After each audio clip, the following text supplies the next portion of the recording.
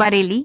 सहकारिता के माध्यम से ही किसानों की आय दुगनी होगी, जिसमें साधारण सहकारी समिति को बहुउद्देशीय बनाना होगा। उपरोक्त विचार सहकार भारती के राष्ट्रीय संगठन मंत्री Sanjay Pachpor urban cooperative bank DD Puram के सभागार में आयोजित सहकारी संवाद में व्यक्त किए। उन्होंने कहा कि फूड प्रोसेसिंग, दुग्ध प्रोसेसिंग, मत्स्य पालन, मधुमक्खी पालन, मुर्गी पालन, बकरी पालन के क्षेत्र में सहकारी समिति गठित कर सकते हैं। सहकार भारती के प्रदेश अध्यक्ष रमाशंकर जायसवाल ने कहा कि सहकार भारती सहकारी समितियों को प्रशिक्षण एवं जागरूक करने का कार्य करता है और सहकारी समितियों के लिए समस्याओं के निराकरण के लिए हर संभव मदद करता है, वो किया जाएगा। आज साधारण सहकारी समितियों की स्थिति अच्छी नहीं है, उनके माध्यम से किसानों को लाभ मिलेगा। सहकार भारती उत्तर प्रदेश के प्रदेश महामंत्री डॉक्टर प्रवीण सिंह जादौन ने कहा कि केंद्र सरकार के महत्वाकांक्षी आयुष्मान सहकार योजना के माध्यम से सहकारी अस्पताल बनाकर लोगों की सेवा कर सकते हैं। इसमें सहकार भारती मार्गदर्शन का कार्य करेगी। सहकार भारती के प्रदेश कार्य समिति सदस्य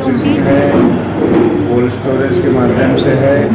जब किसान चाहे तब उसको माल अपने मर्जी से बेच सके अपने मूल्य पे, और जब चाहे तब वो किसान अपने माल का फूड प्रोसेसिंग करके उसकी आय दुगनी तिगनी कर सकता है। दुर्भाग्य से आज वो किसी भी प्रकार की व्यवस्था उपलब्ध न होने के कारण उसको जो बाजार मूल्य है उसमें बेचना पड़ता है।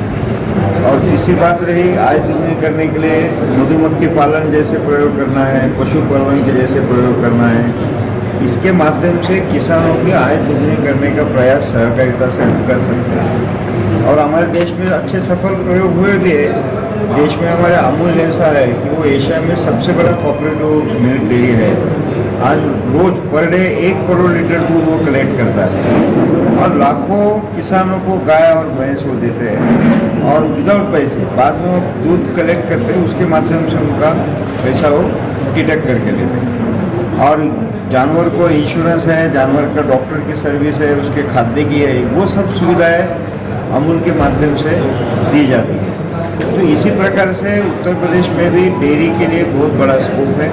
तो इसलिए सहकारिता के माध्यम से दुग्ध व्यवसाय बड़ी मात्रा में करना चाहिए। इसी प्रकार से फिशरिंग जैसा भी एक बहुत बड़ा सेक्टर छूटा है और जिसको हमारे देश के प्राइम मिनिस्टर ने उन्होंने ब्लू क्रांति के नाम से अभी 20,000 करोड़ रुपया ये फिशरिंग कोऑपरेटिव के लिए उन्होंने अभी ये किया है। और तीसरा एक महत्व का बिंदु है, आज के समय में स्वास्थ्य की सुविधा जो है वो एक तो कम है और बहुत महंगी है।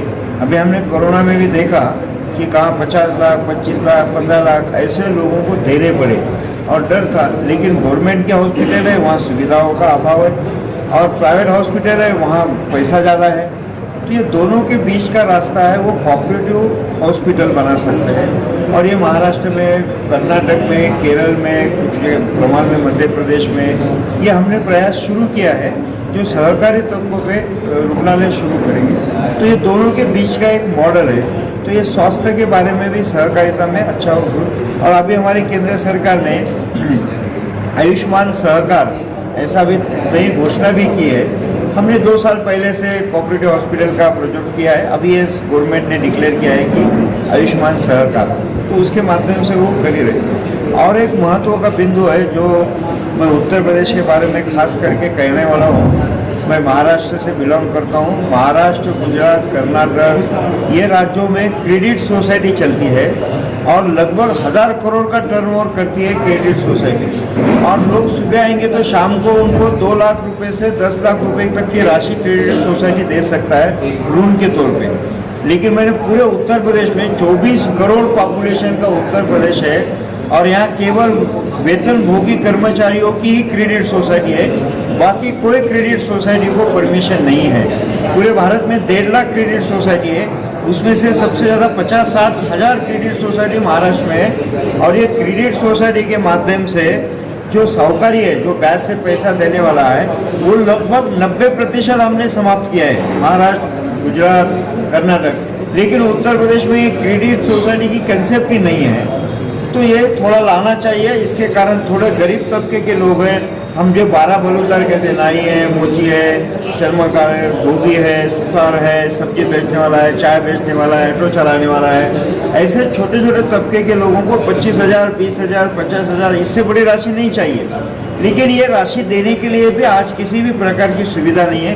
बैंक में जाएंगे तो आपको खड़ा भी नहीं करेंगे। कोऑपरेटिव बैंक में मैं अभी बात कर रहा था वीरेंद्र जी से, वो भी बहुत कम संख्या में है।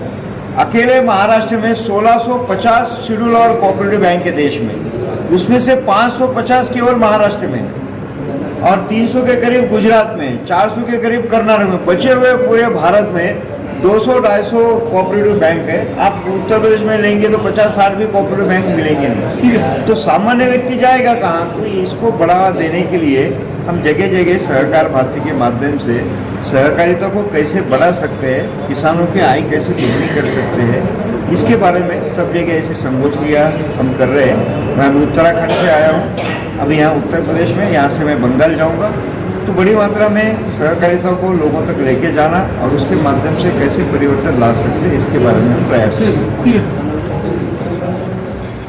धन्यवाद।